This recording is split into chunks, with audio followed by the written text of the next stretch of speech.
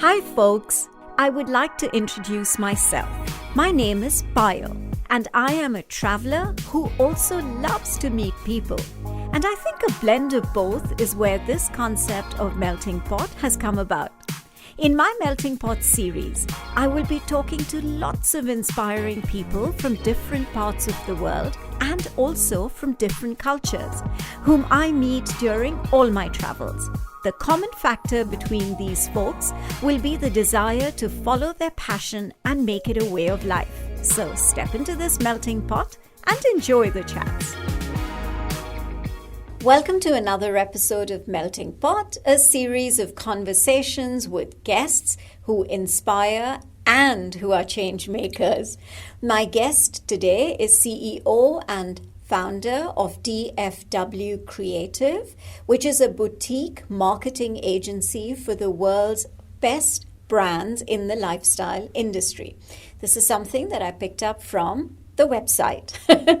Also, it's an agency that has won several awards, and founder and CEO is Charina Widjaja. Charina is an entrepreneur with a very creative mind, and in my opinion, that is an absolute winning combination. So thank you, Charina, for joining me today. Thank you so much, Payal, for inviting me.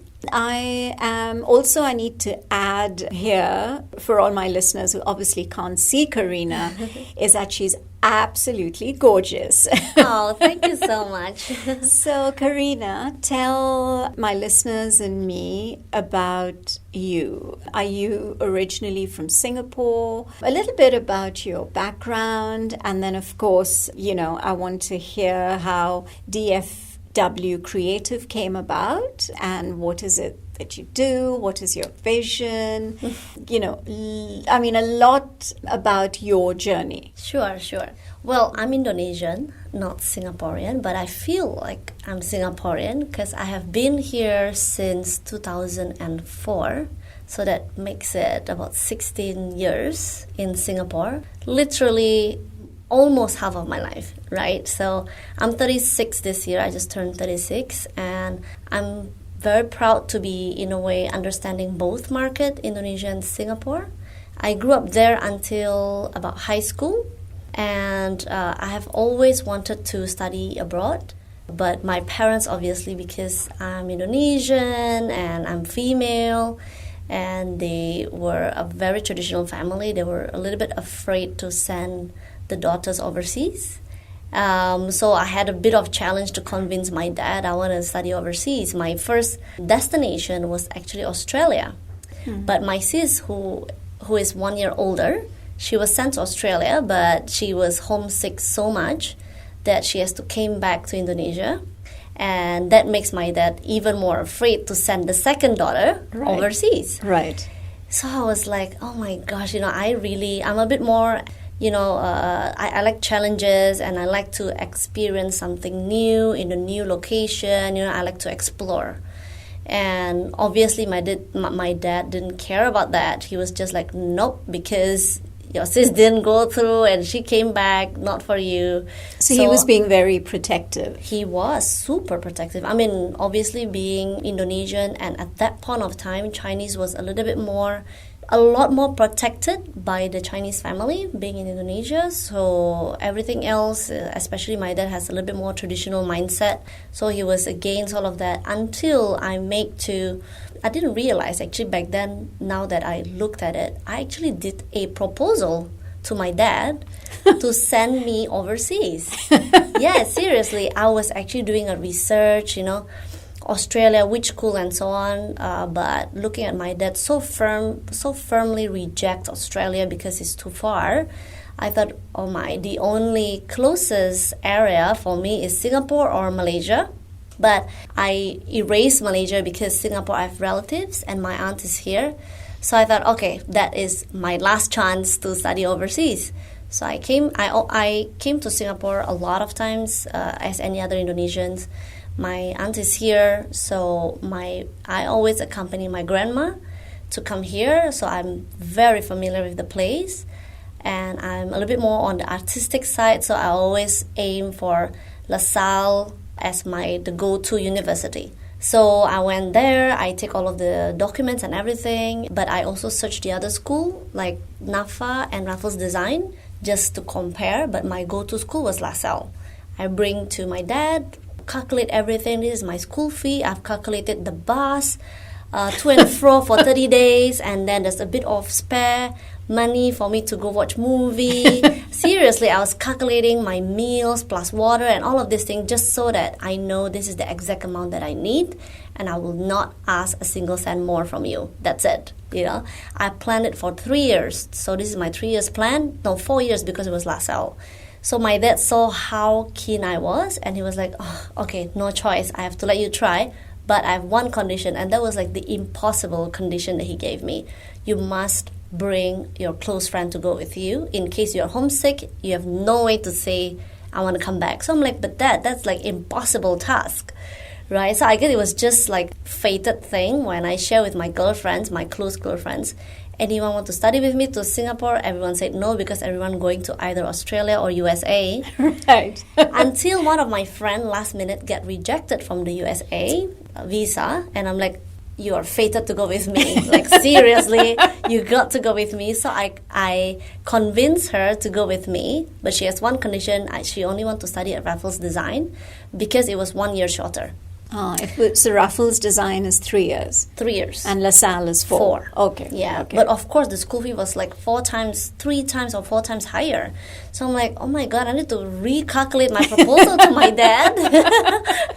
So I managed to convince him to send me here, obviously. But I told him that, look, on the 3rd year, I promise you I'm going to work my best to make sure that, yes, it's much more expensive, but I start work earlier.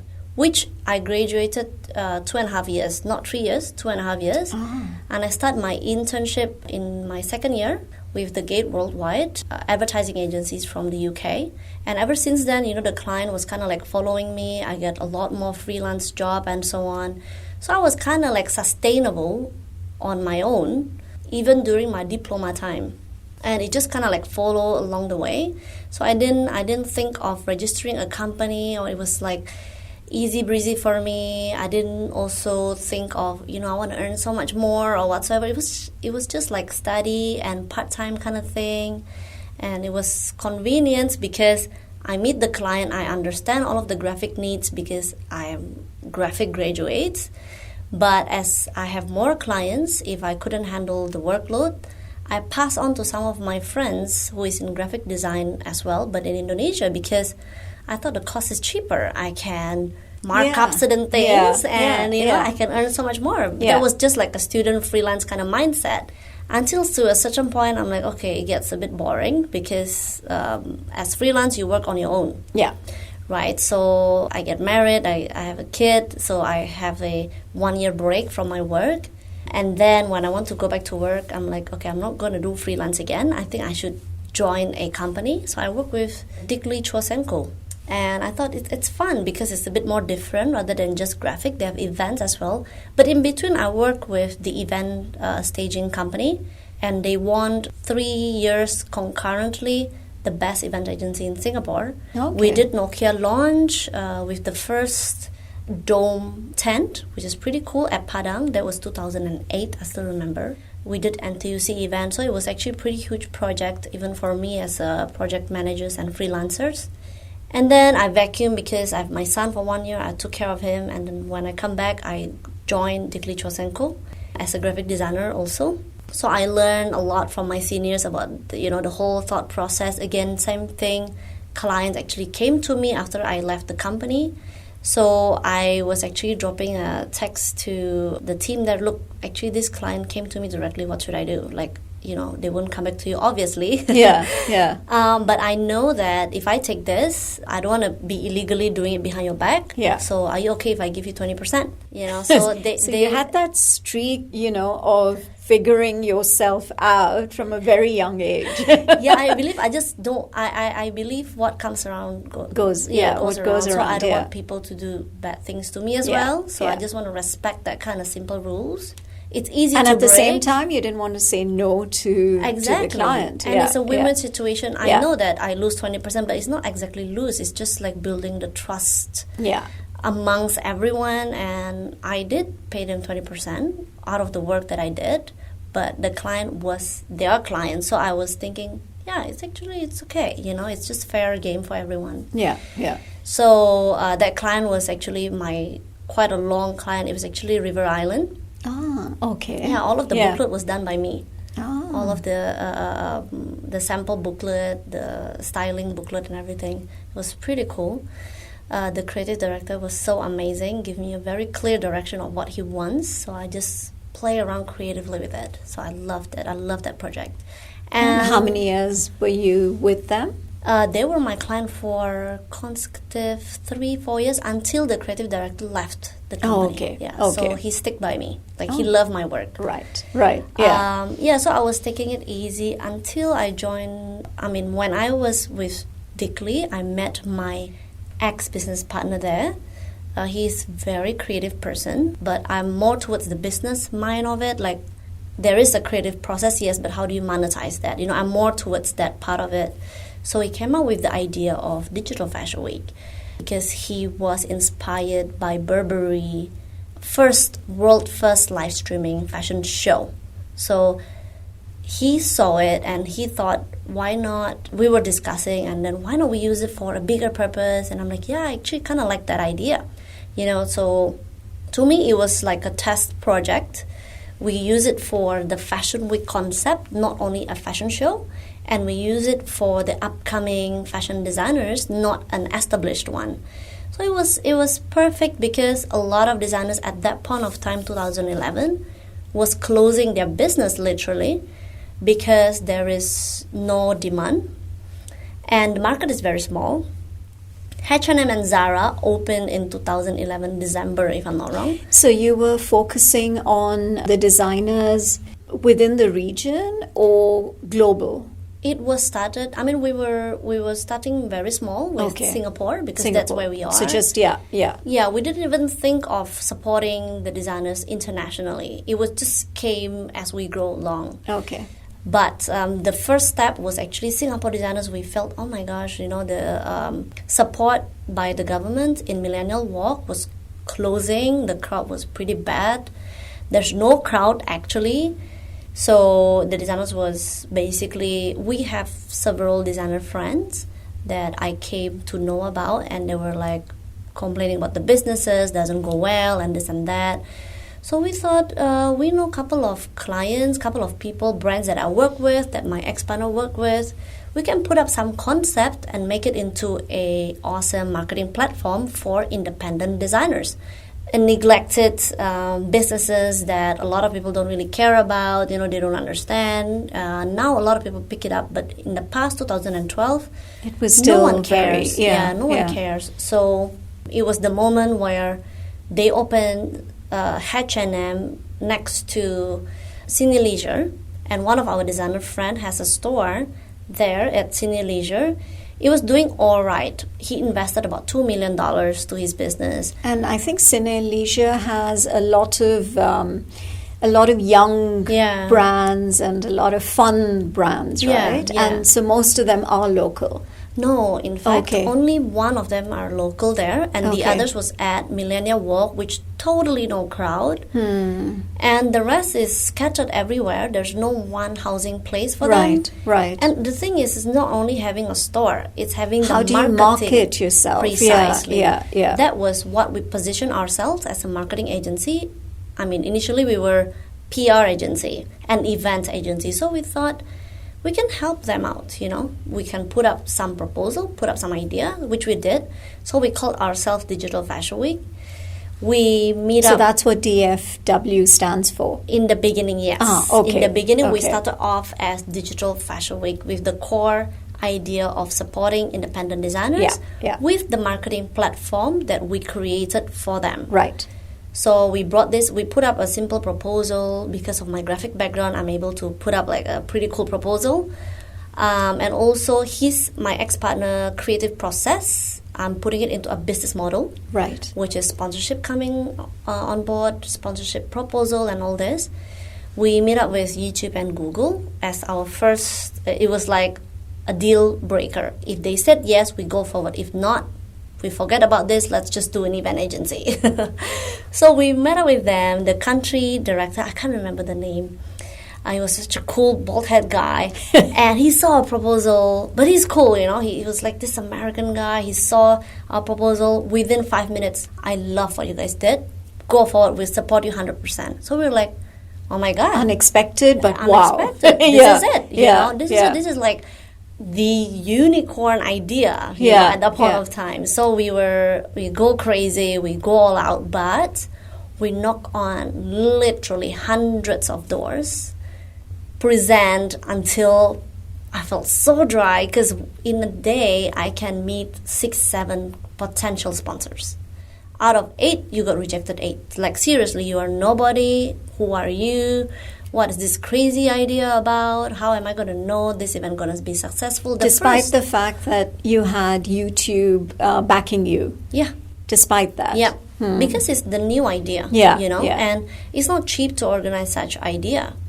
You need at least, it's a good 6 figures event to start with, even though it's small, but it's a nobody's event. Like, right. Who are you? Yeah. Like, who are you kids, at that point of time. But we managed to convince, I need to thank Maybank for that, was our main sponsor. So they believe in it, they super excited. It was great because they used Digital Fashion Week as a point to make them cool. Because Maybank, they need to reach out to the younger audience, more fashionable audience. And we managed to convince to bring in Kuo Pei, which is one of our star designer, and mix them with the local independent designers that in the eyes of the international market, they're unknown, right? So we have this, I would say, formula. We mix the famous, only one pretty known brand. We also don't want to be like too famous because it will overkill on the PR side. Yeah. And we use a little bit more famous brands. It's enough to pick interest from the media, which is then equivalent to awareness, equivalent to marketing for designers. And we invited Patricia Field, which is Sex and the City stylist, and also the winner of American Next Top Model. We invited one of the most famous androgynous model. So the fashion media goes crazy about such international content, which was also a surprise for us. You're listening to a fusion of stories recounted for the first time ever by some fascinating people from across the globe with me, Payo, on this very unique and special podcast series, Melting Pot. Besides, it was branded as the world's first live streaming fashion week.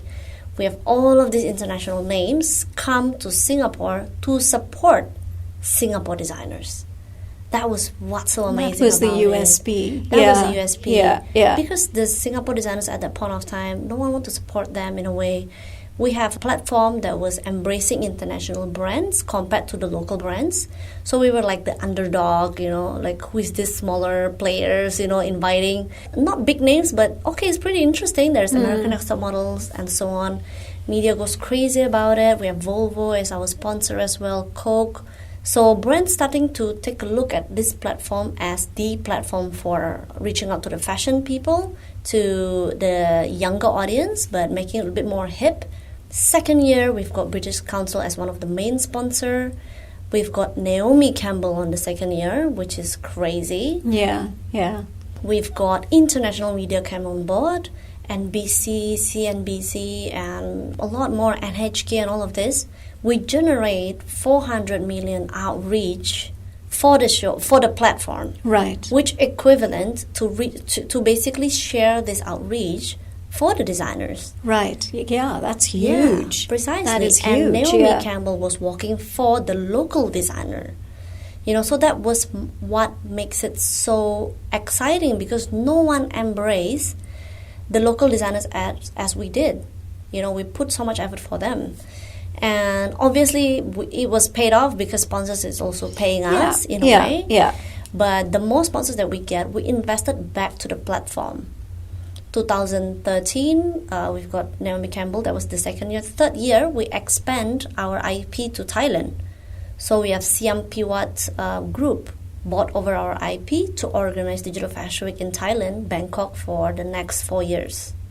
And then 2017, we have our IP in Indonesia. So the platform grows in a way that the first year when we support all Singaporean, second year we have Naomi, and the same thing, American Next Top Model winner and all this, with Singapore designers, but we housed 35 Singapore designers in that event, which everyone was like, what? We have 35 designers? I don't even know that Singapore have such a lot of designers at that point of time. 2014, we start to have designers from Thailand, from Indonesia, from Korea, from Japan. It becomes a regional showcase wherever we bring Digital Fashion Week around. So, but since the first year of Digital Fashion Week, at the back end, the other team that is not only Fashion Week, we serve our sponsors as our marketing clients because we need to execute our promises on the marketing front to utilize Digital Fashion Week as their marketing platform. Right. So in a way, we have two teams. We have the Fashion Week team, we have the marketing team. So we grow the marketing team, but it was too heavy on the Fashion Week. We have 25 people at once, and it was so difficult to execute because it's such a big event. And we need to balance out our expenses as well. So of course we did hit rock bottom where it was too much expenses, lesser on the sponsorship coming in, and we still have the marketing team that we need to maintain because to support, maintain. In the end of the day, the marketing team is the bread and butter because the Fashion Week is a once-a-year event. But it took up so much energy for the team. So in 2016, that was our last event for Digital Fashion Week Singapore. Thailand still continue because it was paid for. It's an IP event. Indonesia but too. then, so Thailand and Indonesia only had their local designers, is it? No. What's interesting about it is we promised them if you take our brand, we are able to open up the channel for the international designers to showcase there. Right. So it's cool for them because I have straight away international content for me to showcase, and I bring in my local designers. So it's a place to showcase their Thai designers, but we fuse in international brands as well. So it's a win-win for them. Precisely. They need international brands in a way, not too famous. Again, same formula. I tell them we don't want to reach out the too famous brands because then the local brands get sort of diluted. Precisely. Makes because sense. in the end of the day, it is a platform marketing for the independent designers where we need the media to pick up the story and write more about the independent designers rather than just keep on focusing on the one and that's it. The rest was like diluted and so on. So we implement a lot of the testing point that we did for Digital Fashion Week. We were actually the first in Singapore, or rather in Asia, I would say, who tapped on the power of influencers back then in 2013. We invited 25 influencers from around the world to come and attend our event in 2013 when everyone was shaming influencers. What are they, like a fake media and all this? No, they're not. They're just an additional value of marketing that which designers will need. So we don't really care whether they're media or whatever, as long as they help. And YouTube was continuing to, support you the whole way? Wow. They were very supportive. They launched, we actually in 2012, we invested in the See Now, Buy Now concept. It was way too early. I learned from that. We invested quite a lot. So what was the See Now, Buy Now concept? Meaning when the model walked out, only it's live streaming, as they walked out, you can purchase immediately the clothes that you buy. But at that point of time, it was not purchased Still immediately. Early. Pre-order. Okay. It was pre-order because none of the designers ready to have that concept. What usually my design is you see now, you order now, place, I will deliver to your door in 6 months. We try to break that. Look, trust us, it's not going to be this way. You got to be faster in producing, or you launch you have 24 looks, you launch only 3. The other 16 or 20, whatever number that you have, sold out or coming up soon. But 3, they can taste to wear it right now. This is going to be the trend, and we advise a lot of designers that way. And it's true enough, it becomes like that now. They don't wait. They don't want to wait. They want to see and they buy now. So you got to catch up with the time. The first designer... So you were ahead of your time. Because we put with ourselves... the concept, We didn't think of it as we are like the mover or whatever. We put ourselves as the customers. Because, again, we are not a fashion guru. I don't have any fashion background, but I am a realistic customer. That's it. Right. I'm putting myself as... And you're a facilitator. Yeah. So we told them, look, I think, and I really believe, and also based on the event that we did the first year, every customer is asking, where can I buy that? That night, after they saw your collection, they don't want to wait for 6 months, because fashion buyers or fashion customers are impulsive customers. They see, they like it, they buy it, no matter what's the amount. But if they see they buy only 6 months later, it's another season by then. The moment they step out from this room, they will buy other accessories. And also, if it's something that comes to you 6 months later, it's no longer fashionable. It's, you've already moved on to another season by then, right? Yeah, precisely. So So there's a lot of that practices from this marketing platform that we built. We put that thinking process for our marketing clients.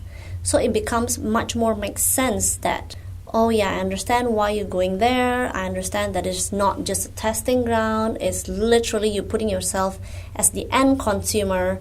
Then you come up with this marketing strategy. So it has been that way ever since. And till now, our DFW Creative, the marketing agency, we picked the name DFW because everyone call us DFW. So we thought, you know what, there's no point in promoting a new name. New name means new marketing budget. Yeah. So we thought, you know what, let's just go forward with DFW, but creative agency. Yeah. Therefore, the marketing because agency I think called DFW obviously identifies with you, right? Yeah, exactly. So if you had to change the name, then you have to rework your profiling and makes sense. Yeah. Even though a lot of people get confused, is that the Fashion Week? Does that mean that your client is only fashion? Yes, it's another step to explain, but the first step, the hardest, always for any agency, is for them to reach out, drop you an email. Right. We don't have that problem. They drop us an email and then they get confused and we explain. It's fine. Regardless, they drop us an email first. You know? So, so far it has been working like that for us. At certain point, we reached out about 25 people in Singapore, but we felt it's too heavy and we still want to give full attention to all of our clients, and we hit rock bottom back then, 2016, and then we reduced manpower in Singapore. We invested to an expansion in Indonesia, and it was the best decision ever because our operation gets lower. And Singapore, we maintain the directors and managers level. So it's your headquarters. Yes. Yeah. But Indonesia, we support on like graphic design, video edit, social media management, and all this. And there's a lot of young talent, super right? Creative. So when you say Indonesia, you mean Jakarta? Yes. Yeah. And that's where you're from? Exactly. Okay. And because creative agency has, ever since, there are a lot more coming up. Yeah. There are a lot more competitors in a sense. By doing this business staging, splitting it into the Indonesian team and all this, we are able to give a much more competitive rates. With still, our directors are based in Singapore. So your communication will not have any breakdown, but we are able to give you a competitive rate and also the understanding of a mature company. Yeah. So it's a good mix in a sense. Yeah. And also you're providing opportunity to a lot of young, talented people in your home country, right? Precisely, so I think it's... I'm curious to know what your dad has to say. Because you've completely, from that proposal of a 3-year study plan to every dollar spent, moving on to actually, becoming an entrepreneur in design, which is what you studied. Yeah. Your dad must be super proud. Yeah, he said that a lot of times, and he always said that you're like me. You know, we have entrepreneurs mindset. I'm like, yeah. Take credit, Dad. It's okay. So. But it's true. I mean, in a way, I've always seen him as someone that is super hands-on, very fair to all of his worker, to anyone, basically. And he always gives reason why so. And we always make fun of him whenever we buy our favorite food. Next to the favorite food of ours, there's this small stall. I would say a very roadside food. Maybe their life obviously not so good. The food is not great at all. Maybe that's why they don't grow. Yeah. So, but every time I always buy from this stall, I'm like, why you keep on buying this spring roll? It tastes so bad. And his reason is always one: what goes around comes around. You help people, they'll help you back. You see, look at them, the father and the daughter, frying this spring roll from morning to night.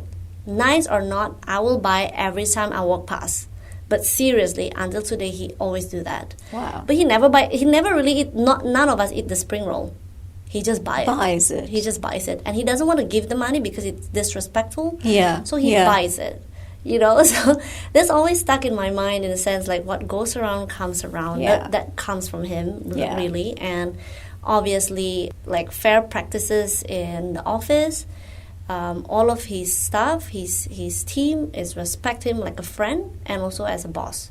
So that is the thing that a bit difficult in my opinion to reach to that standard, but that's something that I want to practice all the time. It's also years and years of experience, right? Yeah. For him. Yeah. And for you, it's a learning. But I'm sure the spirit that you have is something that will take you really far. I'm pretty certain of that. Thank you. I mean, I think it's still a long way to go. I felt that I hope this is not my halfway. I hope this is still my quarter way. Yeah.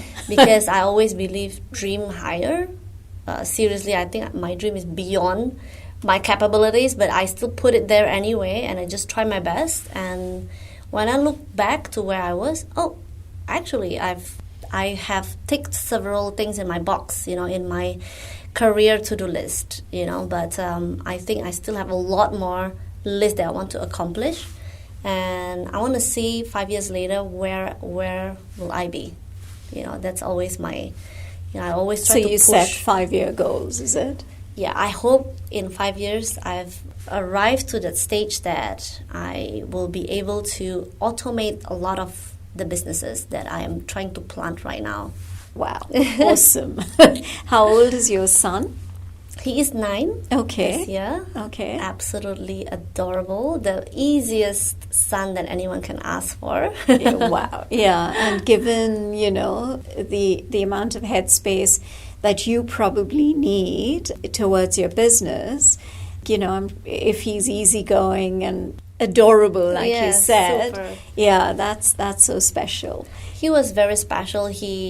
When I was, of course, in the earlier stage, my weekends are always burned. Like, you don't look at me now that I have my weekends. Yeah. The first 5 years, I don't have weekends at all. 5 years. It was very, very tough because the team is small. Our execution projects are extremely huge. And I just want everything to be perfect. I want every client to be happy. Obviously, you cannot please everyone. Yeah. There will be, at any event, something will go wrong somewhere. But I want to minimize that as much as possible. So every Saturday, Sunday, back then I still have the nanny because he was still young and I'm too busy.